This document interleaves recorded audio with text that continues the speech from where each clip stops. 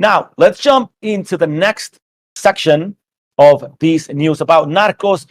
And I want you to watch these couple of videos I'm going to show you on screen right now. I must warn you, they're a bit graphic, nothing gruesome, but it's heavy fighting. Let's go and watch those clips. Without getting captured or killed. Yeah.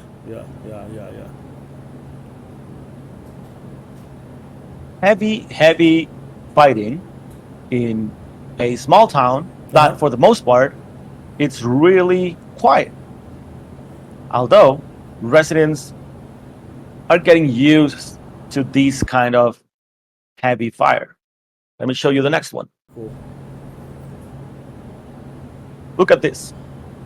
That what you're seeing is, to my understanding, those are not bullets or anything like that. Those are routers, allegedly thrown to trace a path to know where to target when you're actually gonna start putting out the heavy fire. What was happening here? Well, this place is a small municipality in Jalisco, but very important. It's weird how these criminal organizations or drug cartels have heavy fights in one of the most smallest little towns in Mexico.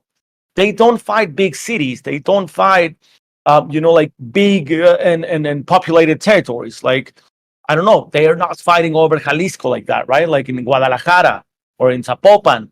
We're not seeing these kind of infighting, fighting in, I don't know, Ciudad Juarez, that kind of stuff, right? We don't see that.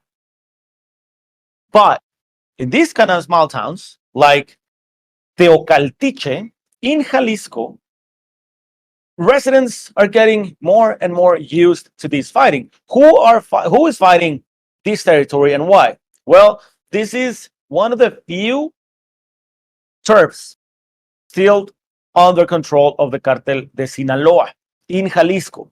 For the most part, Jalisco, a good amount of Michoacan, and some part of Guerrero are widely controlled by the cartel Jalisco Nueva Generación. But this very small town is controlled by the cartel de Sinaloa, specifically by a guy named under the name Mario González Martínez, known as El MG or El Flama. He is the son of Mario González, his dad, who was basically one of the closest allies of El Chapo Guzmán. He was the one who put him on charge. What they wanted to do is to grab the whole state of Jalisco for the cartel de Sinaloa.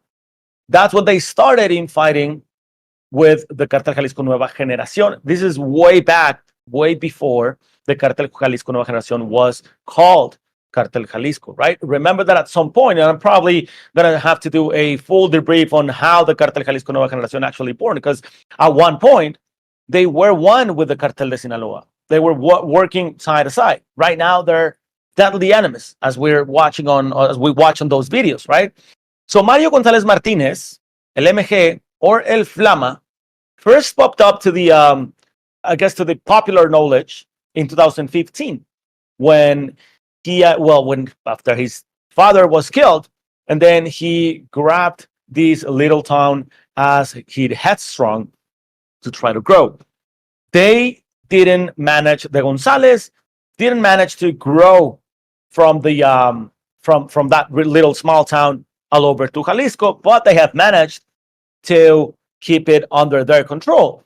Last year, we saw also an airplane dropping a bunch of pamphlets, right, accusing Mario González, Don Mario, the father of Mario González Martínez, of being, he and his family being extorters, kidnappers, the usual bullshit we hear cartels accusing each other of. The Cartel Jalisco Nueva Generación dropped these pamphlets on the air in the middle of the day with the face of Mario González Martínez, saying this guy is behind all the extortions and we're going to get rid of him. So this fighting lasted for at least 2 days. The official record says that only one person was killed. during these fighting. But again, never believe the official figures, guys. Sometimes that it's all there is, right? So we're gonna have to go with what there is. But locals, residents posting online on Facebook groups, on WhatsApp groups, have been saying that they saw a lot of people taking from the streets, probably forcibly recruited by one or other of the two cartels fighting in this small town. The whole thing developed during the night of Tuesday and continued on to the next morning. Also, they had another heavy fighting in the small town of Nochistlán. Now, Nochistlán, that is a place that is, for the most part, controlled by Cartel Jalisco Nueva Generación. So I guess these two factions are still fighting over these very small towns. The reason why are these two small towns getting so much fight, I think for the talking about like the Ocaltiche, I think for the most part, it's just because the Gonzales were from there. They literally established there, and now the Jaliscos wants to get rid of them forever and call the full control of the state of Jalisco. In the area of Nochistlán, I think it was just also circumstantial, right? These two small towns doesn't really hold any importance in terms of drug routes or natural resources, that kind of stuff.